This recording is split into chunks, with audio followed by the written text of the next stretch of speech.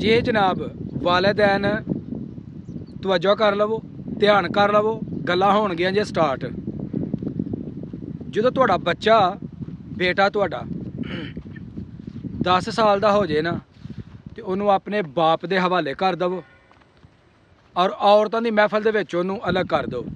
नबी पाक सल्लम ने अपना खाना खुद बनाया, अपने कपड़े खुद धोए, अपनी जुत्तियां नूं पाबंद खुद लगाते सन और अपने कपड़ियां नूं पाबंद खुद लगाते सन। जो साडे नबी ये सारे काम कर सकते हैं तो असी तो उन्हों की उम्मत हाँ। साडे बच्चों की तरबीयत के उत्ते अगर तुसी तवज्जो दोगे ना तो कल वो तुहानू सूद समेत वापस करन दे।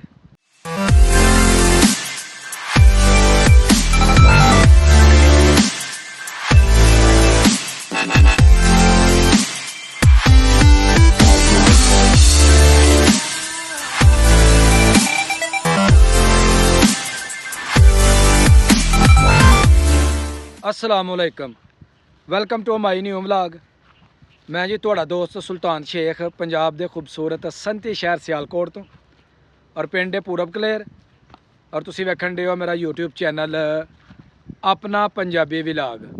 अज का व्लॉग जी बड़ा स्पैशल होने वाला है और यह व्लॉग खसूसी तौर पर वालिदैन वास्ते वे और तवज्जो दे नाल गल्लां नूं समात करना वे ताकि कोई गल तुहाडे कोलों मिस ना हो जाए। इंशाअल्लाह आने वाले वक्त दे विच तुहानूं गल्लां जिहड़ियां ना बड़ियां कम आंदियां ते अगर गल्लां तुहानूं पसंद आन ना ते भरा नूं सबसक्राइब करना नहीं भुलना, अपना प्यारा जा कमेंट भी करना और वीडियो नूं लाइक जरूर करना क्योंकि गल्लां जिहड़ियां ना सिर्फ तुहाडे कम दियां ने। जी जनाब वालिदैन तवज्जो कर लवो, ध्यान कर लवो, गल्लां होणगियां जे स्टार्ट।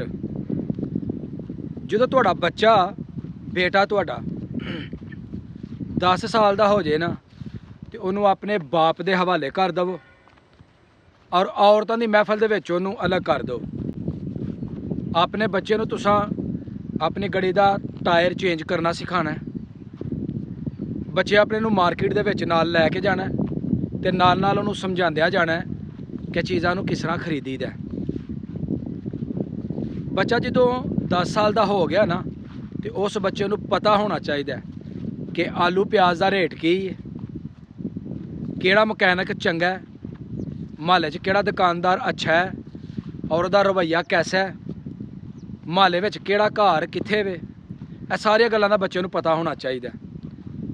फिर बच्चे को यह भी पता होना चाहिए कि घर दे विच अगर मेहमान आ जान तो उन्होंने मेहमानों का इस्तकबाल किस तरह करना है, मेहमानों के नाल किस तरह पेश आना वे, उन्होंने सलाम दुआ किस तरीके दे नाल लैनी चाहिए है।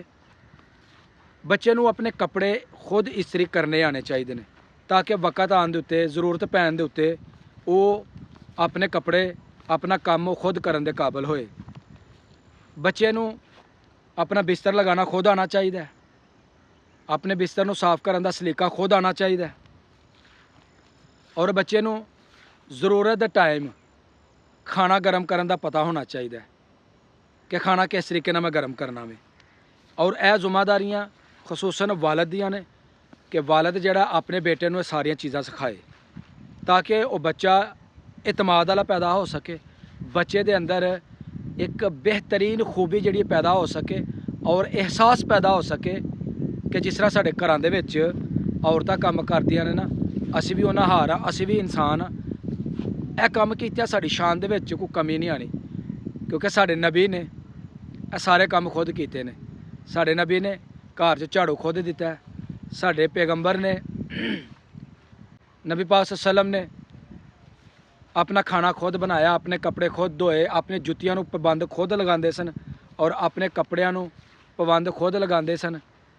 जो साडे नबी ये सारे काम कर सकते हैं तो असी तो उन्हों की उम्मत हाँ। साडे वास्ते तो एक बेहतरीन नमूना ने तो इस वास्ते सारे काम जिहड़े ने ना सानू अपने बच्चों को सिखाने पैन। यह गल्लां जिहड़ियां ना सिर्फ यह करने वालियां नहीं बल्कि इन्हां ते अमल करना है क्योंकि 10 साल का जिहड़ा बच्चा है ना वो एक अशरा अगे जा चुके है, वह कुछ नवा करन ते दिल करदा वे।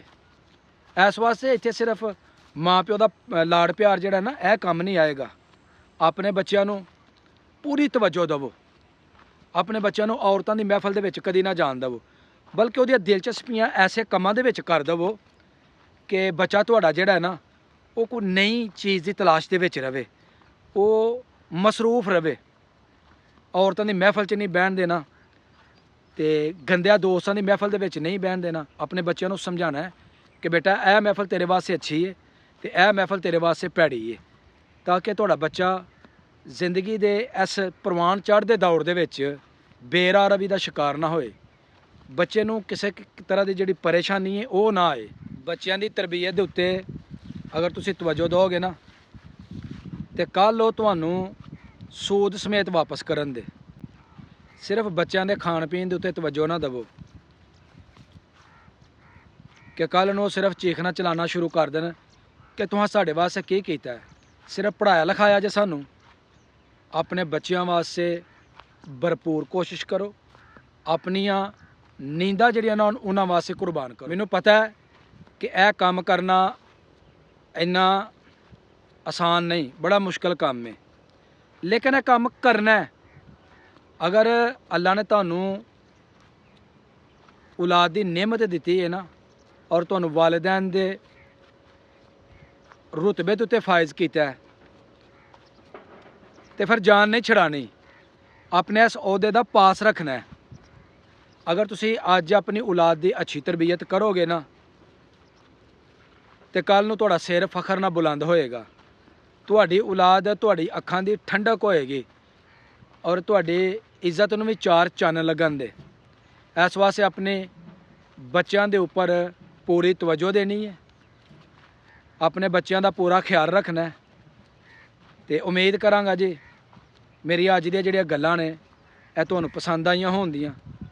ਅਗਰ ਮੇਰੀਆਂ ਗੱਲਾਂ ਤੁਹਾਨੂੰ ਪਸੰਦ ਨੇ ਤੇ ਵੀਡੀਓ ਨੂੰ ਲਾਈਕ ਕਰਨਾ ਨਹੀਂ ਭੁੱਲਣਾ, ਚੈਨਲ ਨੂੰ ਸਬਸਕ੍ਰਾਈਬ ਕਰਨਾ ਨਹੀਂ ਭੁੱਲਣਾ ਔਰ ਜ਼ਿਆਦਾ ਤੋਂ ਜ਼ਿਆਦਾ ਆਪਣੇ ਇਸ ਭਰਾ ਦੀ ਸਪੋਰਟ ਕਰਨੀ ਹੈ। ਤੇ ਇਹਨੇ ਲਫ਼ਜ਼ਾਂ ਦੇ ਨਾਲ ਜੀ ਮੈਨੂੰ ਦਵੋ ਇਜਾਜ਼ਤ। ਹਮੇਸ਼ਾ ਖੁਸ਼ ਰਹੋ, ਆਬਾਦ ਰਹੋ। ਅੱਲਾ ਹਾਫਿਜ਼।